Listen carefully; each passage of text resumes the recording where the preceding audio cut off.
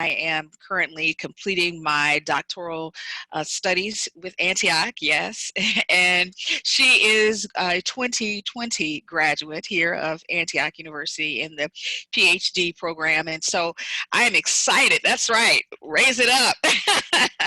I am excited to hear her. She has a lot of wisdom, and she considers herself a global citizen, and so I am very excited to let you all get excited about Dr. Ateem George. Thank you so very much, Yolande.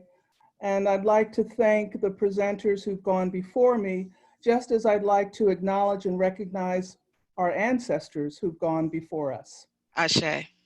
For 30 years, I was a diplomat, and I played what was called the angels game. You see, the angels were the first messengers from the celestial to the terrestrial realm. And what I thought about talking about today was,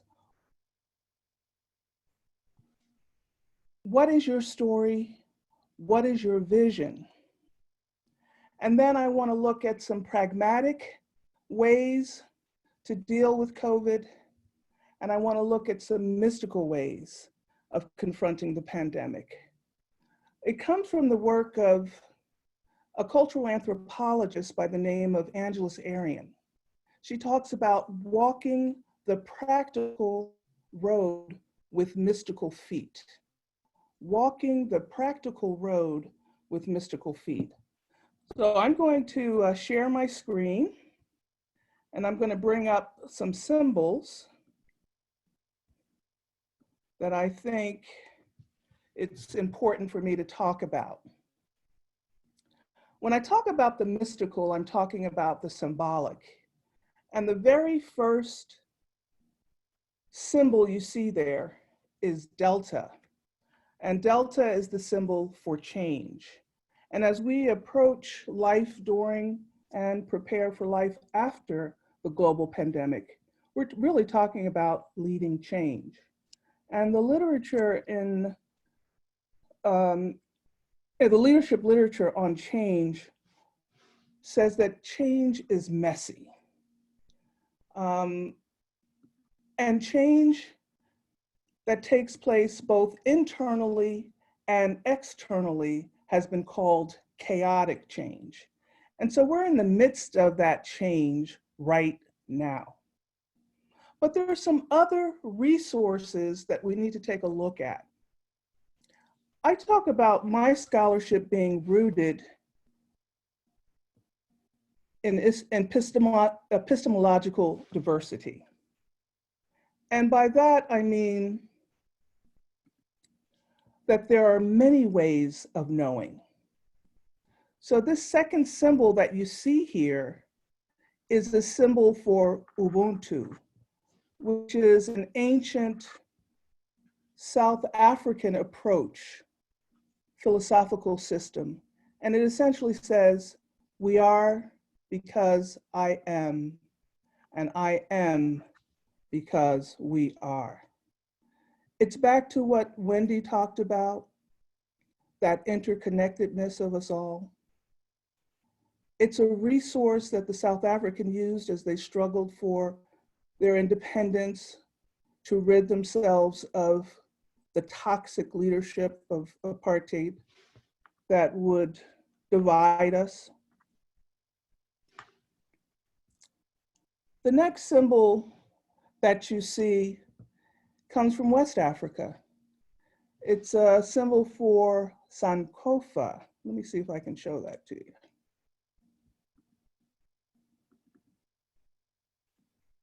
There's the Sankofa symbol. And Sankofa says, there's some value in hindsight. It says to those of us who are part of the African diaspora, go back and get it. There's something that your ancestors have for you. Go back and get it. The next symbol that you'll see here is a symbol used for Buddhism. From Buddhism, I learned the importance of the breath. I learned from Buddhism that breath is our only possession. When we are born, we draw the breath in into this embodiment. And when we are ready to surrender our physical home, we surrender the breath. So how profound is it to come to realize that truly the breath is our only possession? The next symbol that I'd selected comes from the Chinese tradition. It's Weiji. I've been practicing that. Weiji, it is the symbol for crisis. And you'll notice there are two symbols, danger and opportunity. Weiji. The final symbol that you see here is sort of an outlier because I could get it in blue. But it occurred to me that I should also share my own personal symbol and challenge you, if you haven't already developed a symbol, to consider that as an exercise, to put that on your individual work table. This is a symbol that I devised when I was given the chieftaincy title of Yeye Araba. The chieftaincy title came from the late Oni of Ife, and Yeye can mean woman or mother, and the Araba has two meanings. It is either the baobab tree, which is the mightiest tree in the forest that gives shade and sustenance to community, but the Araba is also the chief diviner to the king. And when I considered developing this symbol, I decided to take the spiral, moving into a question mark, punctuated by the calorie. And my message there was question authority. Question authority. It's healthy in a democracy. The spiral or the coil is an energy generator. Let's generate that energy together.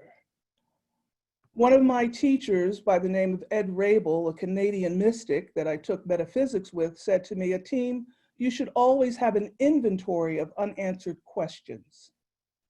And then I punctuated that with the calorie, the quintessential feminine symbol, the symbol for details, the symbol for wealth, the symbol for our collective unconscious. Question authority. It's healthy in a democracy. That questioning can be respectful, but I think it's important for our growth. What is your story? What is your vision? Story is one of our oldest technologies. And in fact, there are scholars who say that narrative is a universally accessible technology that bestows no advantage to any group. All of us have stories. Story is our planet's oldest teaching technology. And here you see three animals, bat, baboon, and turtle. And I'd like to share each of those stories very quickly and hope that in sharing the stories, we can then enter into dialogue. So let me just, I hope you've been able to see those animals. Okay, then I'll stop the share now because I want to see some of the faces, and when I go to the share screen, I can't make the connection with the human beings that I want to. Bat, nothing to do with allegations that it was the China virus in the wet market, no. This is an ancient story that my husband told me years ago. You see, Bat was lonely. So she decided to go to the sky world to visit some birds. But when she got there, they looked at her and they were like, look at that. She's not one of us.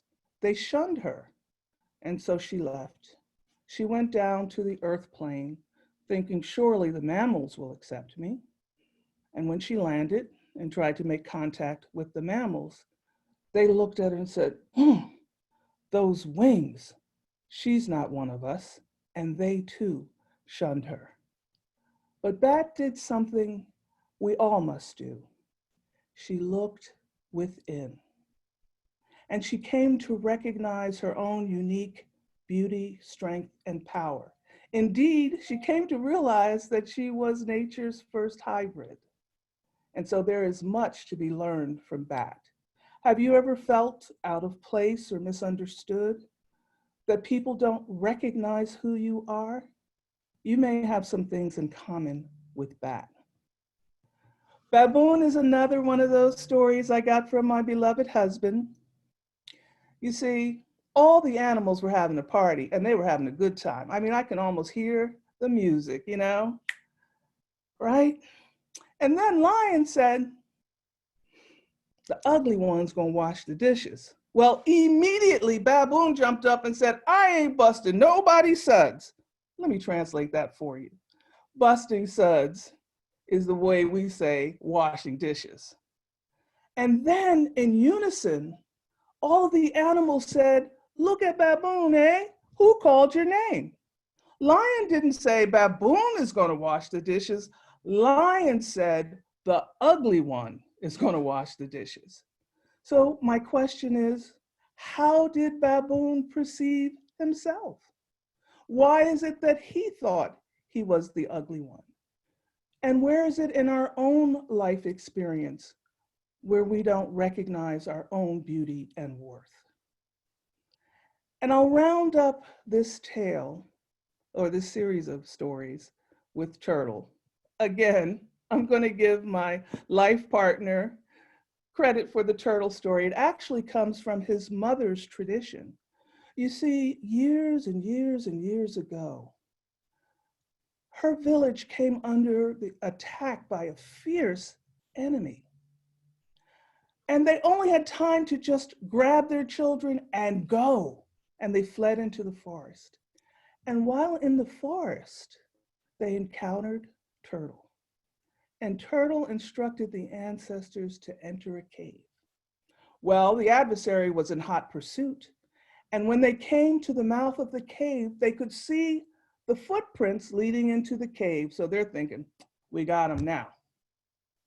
But when they went into the cave, all that they pulled out were turtles, turtles, and more turtles. And that teaching story says, we protect Turtle because Turtle protected us. And so I identify him as part of the Bear Clan. When my grandson Michael fell in love with the Teenage Mutant Ninja Turtles, I said, well, you're obviously from the Turtle Clan. But the thing that is most important, I think, about this teaching story is how do you unpack it? I remember sharing it with my sister Doris, who's a devout Christian, and she said, they were transformed into the image of their Savior. Hallelujah. That's one way to look at it. We protected Turtle because Turtle protected us. We have an obligation to care for this planet. It is a living set of systems. It protects us. We have an obligation to protect the earth. I share these stories in part because I wanted to introduce the concept of the disorienting dilemma. In their own ways, each one of these protagonists, Bat, Baboon, and Turtle, encountered a disorienting dilemma. It comes out of the work of Meserow. And essentially, a disorienting dilemma is a paradigm shifting set of challenges. Now, I say that in view of what we're coping with on the planet today.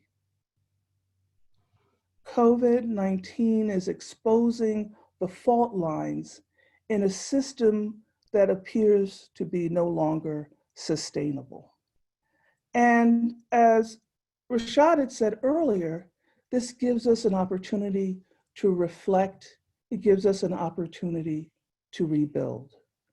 What can we learn from past experiences and bring into the now to share and to grow? I wanted to mention just a little bit more about the work of Angeles Arrien. I mentioned that she was a cultural anthropologist. She came from the Basque area of Spain, and she invested a lot of her work and her research on indigenous knowledge systems. She, as I said earlier, was the one who talked about walking the practical road with mystical feet. She also talks about the four-chambered heart, the four-chambered heart, the open heart, the full heart, the clear heart, and the strong heart. Each of these are phases of leadership, according to Angeles. The open heart teaches us to trust ourselves and others and life as it unfolds. The full heart allows us to engage deeply with our work, with relationships, with our community. And here's where I add, for me, Antioch is such a beautiful learning community, and I am so proud to be a member of it. I believe, as Clarissa Pinkola Estes says, that this is medicine. It's good medicine. The clear heart teaches lessons of integrity and discernment. As leaders, we must be discerning. It's the ability to respond to our values instead of our circumstances. And finally, in that four-chambered heart is the strong heart. The strong-hearted is the home of the courageous. The strong-hearted supports leaders as they face the unfamiliar and the unpredictable. And goodness knows we are in the midst of both. Now, Angeles also talks about the Fourfold Path. And in the Fourfold Path, she asks us a series of questions about how we're dealing with essentially trying times. And the first question is, when did you stop dancing? When did you stop singing? When did you stop being enchanted with stories? When did you lose touch with the sweet territory of silence? When did you surrender to the false self system? If we can sing or hum, if we can dance and move, if we're open to learning from stories, if we can sit content in the silence, these are tools that we as leaders dealing with the challenges of the COVID pandemic.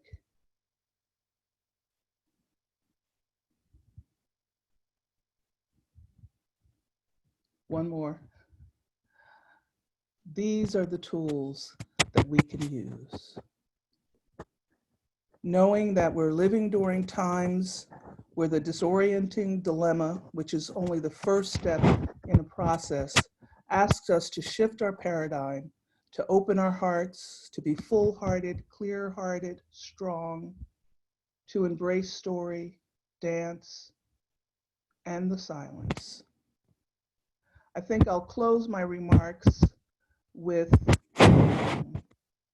dedicate to my two beautiful daughters who are online with us today. They know it. It came to me as I was seated in quiet reflection just before a Lenten service began, and I decided to call it Love Life. It goes like this. Life is a gift of love, freely given from above. You can have your heart's desires if you will honor and attend your indwelling sacred fires. This, my friend, is the key. Believe in life's possibilities, and they will be. Always remember this, beloved. You are truly free. Love life. What is your story? What is your vision? What are the symbols that you have or can create to help you to deal with the challenges that are amplifying our differences and our inadequacies, but also giving us the opportunity to rebuild a just and sustainable world where we recognize the importance of our interconnectedness, that we are indeed one. As we say in our household, beneath the skin, we're all kin. Thank you, Falami. Thank you. Thank you, Dr. George. A team, my sister. Wonderful, wonderful. I want to give us an opportunity. We can go to our breakout sessions and we can maybe talk in small groups. If Joe can, he gave me the thumbs up. We can get in breakout groups and answer those questions that a team posed. Particularly, I'm very interested in now creating my symbol. And so, a team, if you wouldn't mind, we also have the Google Doc link there.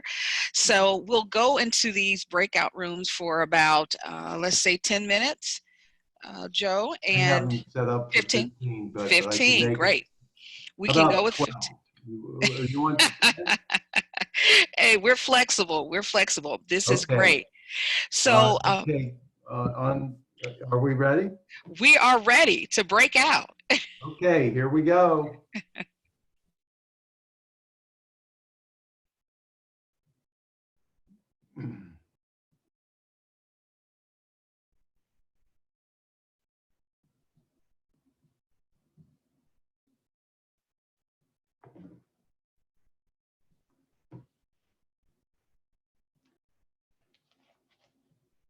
Hi, everyone. I hope we're all here, or many of us are here at least.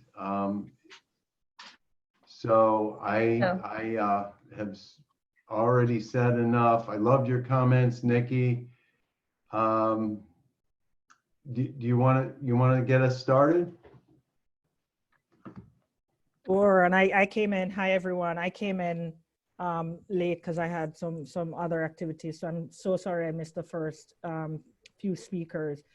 A team's talk really resonated with me. You hear my accent. I'm Jamaican. We're a storytelling culture. The worrisome thing about that though is if the stories aren't continued, then we lose a part of who we are, and we're seeing that now. So while I appreciate storytelling, the importance of writing things down, the importance of documenting things, the importance of documenting and sharing in written language is also really important. And I find that even where I live now, I live in Maryland, in a Black Beach community, and we're slowly seeing where a part of the history is being lost, because no one took the time to write it down and share what the stories of those folks were before we got here. So a team's entire talk really resonated with me, but just a reminder to myself that I also have a responsibility to help document and share who I am as a person. Thanks. Floor is open. Please share. Hi, this is Lynn. Thank you so much. This is wonderful. I came in on the last presenter, so I missed the first and I missed the introduction. I'm coming from Maryland. I am a Waldorf kindergarten teacher, and I really loved what Dr. Ateem was sharing. And I think for us all, and also what Nikki was saying about having a story. My roots, I'm part Jamaican and other things, but again, like what you said, if you don't have those stories living inside of you, of your tradition, of your family, of your roots. It's very hard to create your vision or your identity. And so it's really important to, you know, at this time now, we have so much time to be inward, to be reflective in our own houses, to really, you know, recreate or find and nourish ourselves so that we can create a vision for ourselves. I think a lot of people, you know, are walking around blindly without a vision. I think that's just kind of where we are as a state of, you know, humanity right now. And I think that this is really a silver lining for all of us.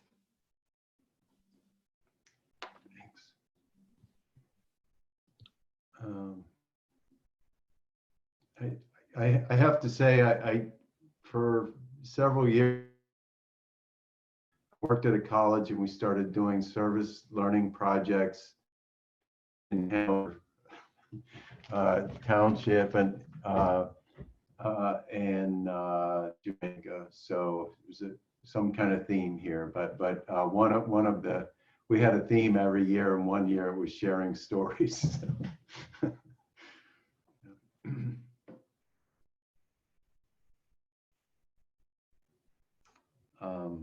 Taylor, what do you think?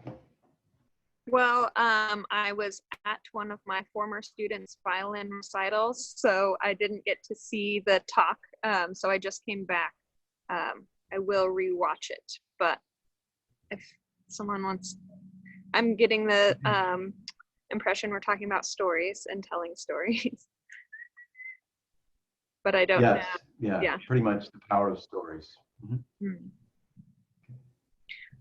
Well, it kind of relates back to me to the first talk by Wendy Peters, and like through your story, you're telling your perspective and like what role you play in the story. And so she was talking about, like I can connect it as like, are you telling the story that like you're a victim of something, or will it be a story where of community survivance or individual survivance? So the way that you're looking at yourself within this context, or your community within this context, is going to shape the way that you navigate it and what comes out of that. Thanks. Andressa, are you in Brazil? Yes, I am. I'm actually stuck with one of the things she said, that we should always have an inventory of unanswered questions. I don't know about the US or Canada or any of the other places, but in Brazil, the media and everybody has been talking about the new normal, or like whatever we're gonna be living after this whole thing is over. And we're kind of going up the hill in terms of numbers. So we're living like this very difficult situation. And I'm thinking about the unanswered questions, because people are talking about this new normal like we know what this is gonna be like. And I'm thinking we have no idea. So among like my friends and I, we're in the midst of this very like, we don't want the old normal to, you know, we don't want to go back to the old normal. But what is this new normal that we're talking about? I mean, what is it that we want, and how is it that we can influence? I mean, how can we influence this new normal to be something that will be of value for us and for everybody else? So I mentioned that in one of our classes. I feel sometimes that we're so tiny in what we do, and then how that makes any difference in the world. So that question kind of, I'm stuck with that. And if I can, Joseph, Andressa, that's a question. Literally yesterday, a couple of us as friends were talking about the new normal, and what that really means. Because who said what we were living in was normal to begin with?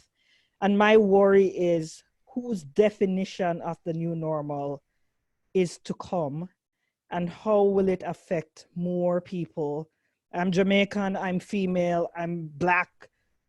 how will it affect more people who look like me because of a definition of a new normal that doesn't have my voice in it? And the strong minority now, which is the people in power, they have such a strong voice, and I truly am worried about what that definition of the new normal will look like. Yeah, yes, I think that's a great.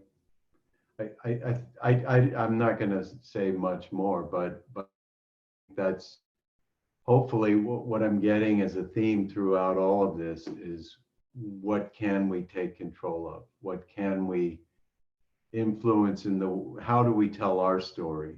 How do we not just listen to somebody else's, and especially a story that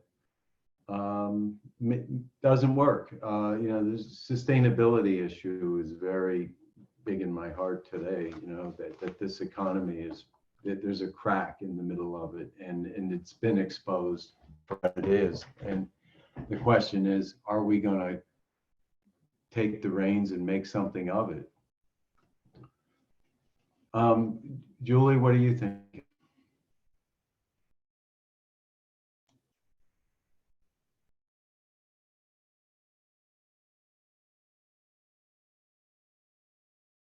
I don't think we can't hear you. Unmute there are two volumes, not just Zoom, but unmute the volume on your device as well. Yeah.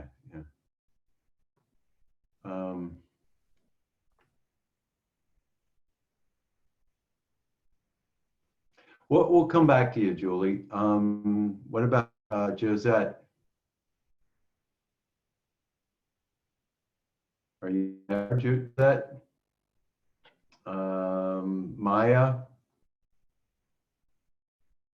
Lynn? Oh, sure, I can say. Yeah, it's interesting, this whole question of what is normal was what we were living in before even normal. We all were living it like it was normal, but it probably wasn't. And, looking at, defining and shaping what is going to be created out of the space of, kind of nothingness to now, like we have an opportunity to create something new. In our community where I live, they just sent an email to probably all of the residents in the community because they're going to be opening up some little plazas. And the plaza people want to know, what is it that you are thinking? And when you come back out into the world, do you want to get a haircut? Do you want to go to the restaurant? Are you going to be okay standing in line for a half an hour outside while people social distance? Are you going to be okay, with a mask on in a restaurant? Asking all kinds of questions to kind of shape what I guess it's going to look like when people, and get people used to the idea of all of these questions. But the more I looked at the questions, the more I thought to myself, I don't know if we're really quite ready for even being open with the virus continuing to grow and expand. And, I think it just shows how complicated it's going to be to really feel comfortable going back into some kind of normal life that we knew before. It's just going to be so different. It's going to be so different. And as a teacher, for me in the kindergarten, I can't even imagine wearing a mask in the classroom, or, children wanting to give hugs. It's just going to be very difficult. Unfortunately, our time is up. I don't like time in these things. I would rather just keep talking, but our time is up. Julie, did you get your thing fixed? Oh, she wrote it. Yeah, she wrote a comment to everyone. Okay. Thank you. Okay. Well, let's go back to the main hall and peaceful abidings, and let's all take care of each other at the very least.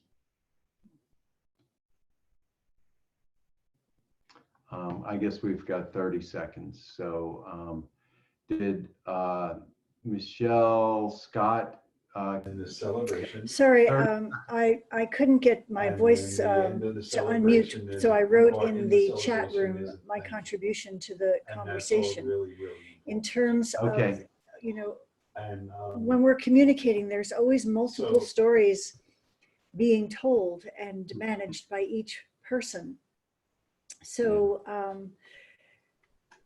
looks like we're getting back online with everybody else, so I'll just be quiet. Well, thank you. Appreciate it. so Yeah, that's you true. can see, I hope, how it's different than Wow.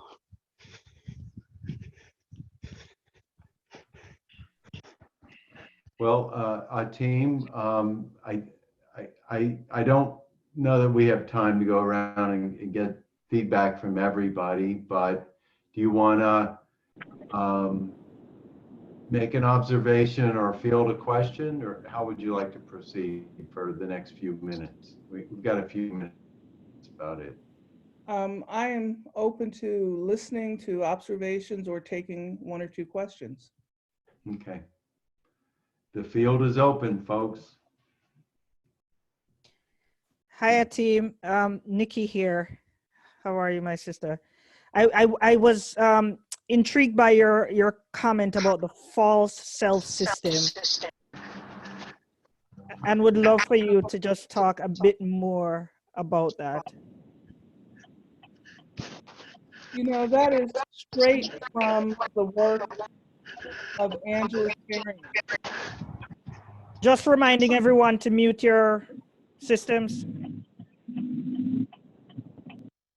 Yeah, that term, the false self system, comes from the work of Angeles Arian. And from the way that I see it, she's calling us to be both vulnerable and authentic, and asking us to drop some of the pretenses, that some of the masks and the personas that we assume in order to be accepted or respected or honored, that when we play that game, we're feeding into that false self system. And she's calling us beyond that to live more creatively and authentically. I do have some materials and references to her work. Falami will be sending that out. And I really like to hear from people because I think her work is tremendous. Thank you. Any other comments that you spoke about in your breakout rooms that you like to share? I would like to say that everyone is really excited about your poem. And we hope that you'll share that with us. We all were just blown away by it. And thank you so much. It was stunning. Thank you. I hadn't included that, but I'll add it to the materials before I send the package to Falami. Thank you so much. The poem will make the package complete. Thank you, Angel. Says the poet.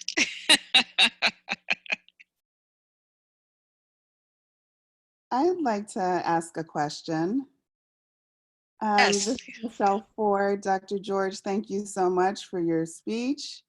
As your firstborn, it's an honor to see you speak, and I love you very much. So a couple of questions, two questions for you.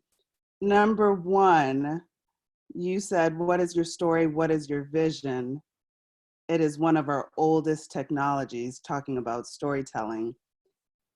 Technology is an interesting choice of words. So why did you choose that word, technology? And then my second question was, you talked about when did you stop dancing, singing, humming, living, enjoying silent moments? And this is something my kids do naturally. And it's something that I've observed that you've never lost, that connection with your inner child. So one of the questions I have as I'm managing an extremely busy household, 6 of us here, and working full time and trying to educate our children, is how did you keep that connection with your inner child going? I saw you as a diplomat, and we traveled all over the world together. You didn't lose that connection, so would love your words of wisdom.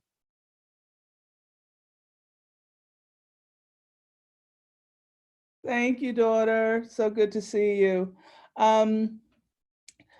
Actually, when I made the reference to technology, I was quoting the work of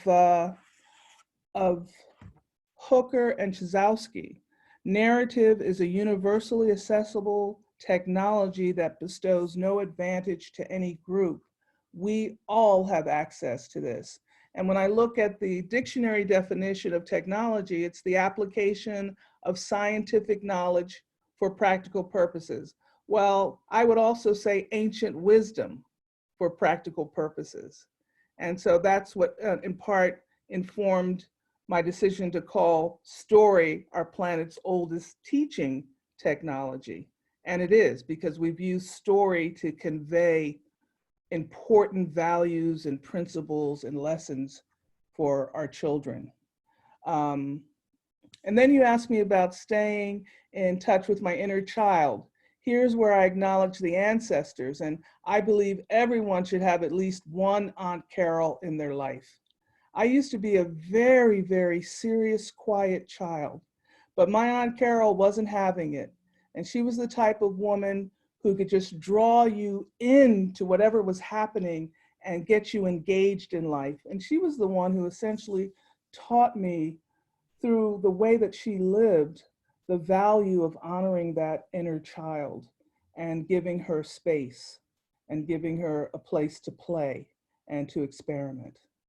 Thanks for those questions. Any other questions? Thank you. Well, hello, Michelle. Thank you for sharing your mother with us. Any other questions or comments for Dr. George? We're still chatting, which is wonderful. Go ahead. Hi, Dr. George. I loved your presentation and your storytelling. It was magical. It transcended the medium. I wanted to just say, I love the information also about the four-chambered heart. Can you just give us the name of the person who has created that idea? That's the research of the late cultural anthropologist named Angeles, A-N-G-E-L-E-S, Arien, A-R-R-I-E-N, Angeles Arien. Thank you so much. And team, it looks like Wendy posted in the chat that she had a privilege of being taught directly by this Angeles in graduate school, correct? I saw that. That's awesome. Yes, that's awesome. Absolutely. Absolutely. So if there aren't any other questions or comments, we can take another stretch break and get ready for our final presenter, Dr. Martinez, and we are putting in their Twitter. I've put in Dr. George's Twitter information and Rashad's information. It doesn't have a period at the end. As well as please tweet out what we're doing here, having this wonderful conversation, this dialogue that we can take out. And also, thank you, Dr. Wendy Peters 1. That is Dr. Wendy Peters' Twitter ID as well. So please make sure that you tweet and have a glass of tea for just a couple moments, and we'll come back here in about 5 minutes. All righty.